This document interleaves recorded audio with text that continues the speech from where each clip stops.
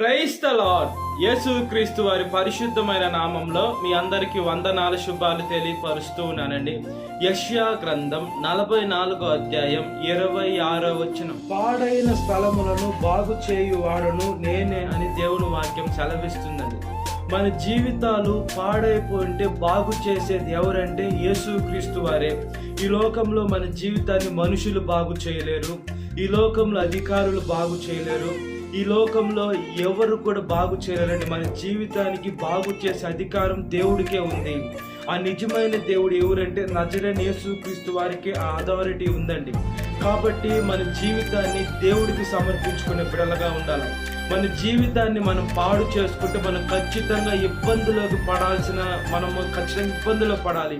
మన జీవితాన్ని మన చేతుల్లో పెట్టుకుంటే మనం నాశనం చేసుకుంటాం. మన జీవితాన్ని మనము దేవుడికి సమర్పించుకునే బిడ్డలుగా ఉండాలండి. దేవుడు మనల్ని ప్రేమిస్తాను, మనల్ని ఆశీర్వదిస్తాను, మనల్ని ఆయన గుండెలకి చేర్చుకోవాలని, ఆయన హత్తుకోవాలని, మనల్ని పాడైపోయిన మన జీవితాన్ని బాగు చేయాలని యేసయ్య కోరుకుంటున్నాడు. ఇప్పుడు మనకు ఒక స్థలం ఉంటే ఆ స్థలాన్ని జేసీబీలతో, మనుషులతోటో, లేకుంటే ఏదో ఒక రూపంలో మనం దాన్ని శుభ్రం చేసుకునే దానికి మనం చేస్తాం. మన ఆత్మీయ జీవితంలో కూడా మనం బాగలేని పరిస్థితుల్లో మనం దాన్ని శుభ్రం చేసుకోలేము. ఎవరంటే దేవుడే శుభ్రం చేయాలి. అలాంటప్పుడు మనం ఏం చేయాలంటే మన దేవుడి దగ్గర క్షమాపణ అడగాలి. అయ్యా, నేను పాపంలో ఉన్నాను, నువ్వు మాత్రమే నీ రక్తంతో నన్ను కడుగయ్యా, నన్ను పరిశుద్ధపరచయ్యా, నన్ను హిమమ్మ కంటే తెల్లగా చెయ్యయ్యా. ఈ లోకంలో నేను తెలుసో తెలియకో పొరపాట్లు చేశాను, నీ మాట వినకుండా ఈ లోకానుసారమైనటువంటి జీవితాలతో నేను జీవించి మిమ్మల్ని బాధ పెట్టాను, మిమ్మల్ని దుఃఖ పెట్టాను. ఇన్ని రోజులు మిమ్మల్ని ఎంతగానో యేసయ్యా మిమ్మల్ని ఎంతగానో బాధకు లోన్ చేశానయ్యా అని మనం ఎప్పుడైతే దేవుడి దగ్గర క్షమాపణ అడుగుతూ ఉంటామో, దేవుడు మన జీవితాన్ని బాగు చేయాలని ఆయన ఈ లోకానికి వచ్చాడండి. ఈ లోకానికి వచ్చిన పర్పసే దేవుడు దానికోసం వచ్చాడు. ఈ బిడ్డ పాపంలో ఉన్నాడు, ఈ బిడ్డ ఇలాగే చనిపోతే ఖచ్చితంగా నరకంలోకి వెళ్ళాలి.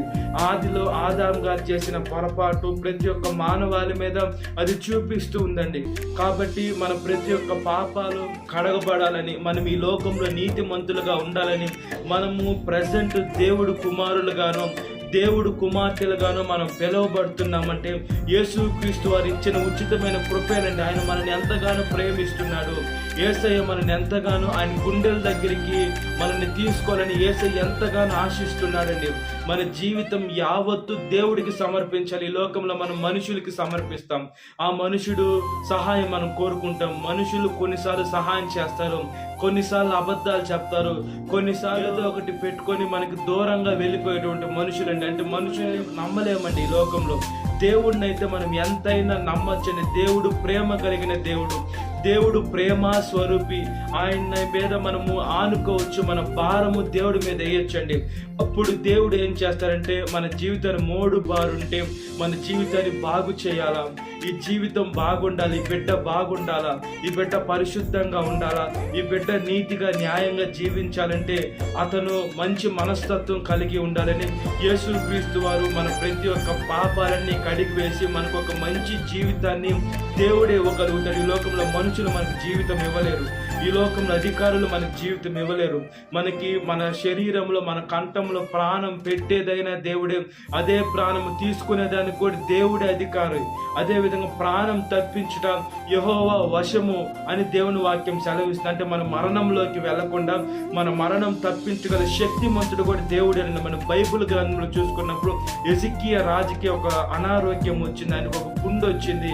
యెషయా భక్తుడి ద్వారా ఎజికియా రాజుకి దేవుడు సెలవేయమని చెప్తాడు. నీవు నీ పండ్లని చెక్క పెట్టుకో, నువ్వు చనిపోతావు, నీకు మరణము వస్తుంది, పుండు నిన్ను చంపేదానికి వస్తుందంటే ఎజికియా రాజు ఆయన రాజై ఉన్నా కూడా ఎక్కడికి వెళ్లకుండా ఆయన మోకాలు వేసి గోడ తట్టు తిరిగి ఎక్కి ఏడ్చినప్పుడు అదే యెషయా భక్తుడి ద్వారా యేసయ్య సాక్షాత్ 15 సంవత్సరాలు పెంచారండి. అంటే దేవుడు మన ప్రతి ఒక్క ప్రార్థన ఆలకించే జవాబిచ్చేటువంటి దేవుడుగా ఉన్నాడు. కాబట్టి మన మోడు బారిన జీవితాలు, అదేవిధంగా పాడైపోయిన స్థలాలు దేవుడు మన జీవితాన్ని కట్టునట్లుగా ప్రార్థన.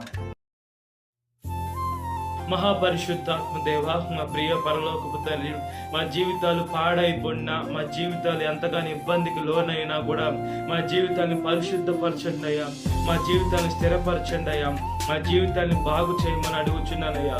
ఈ లోకంలో మనుషుల్ని మేము చూసుకున్నప్పుడయ్యా, యేసయ్య మనుషుల దగ్గరికి వెళ్ళి మా సమస్య చెప్పుకున్నా కూడా తీరదయ్యా. మీ దగ్గర చెప్పుకుంటే మీరు ఖచ్చితంగా తీర్చేటువంటి దేవుడయ్యా.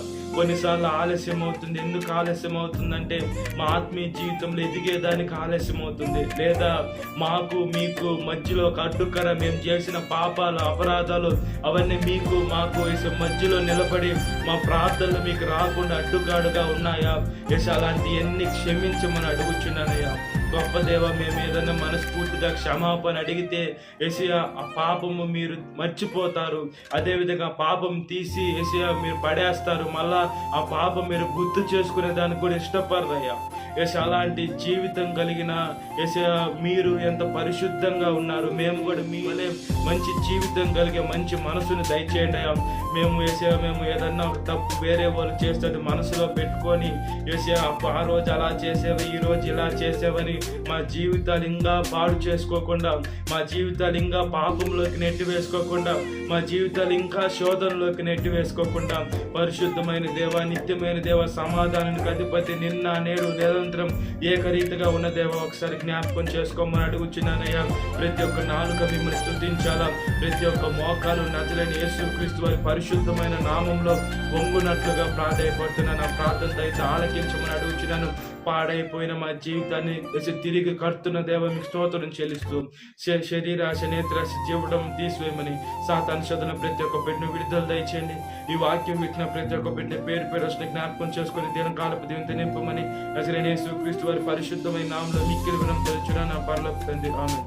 Praise the Lord. God bless you. Have a great day.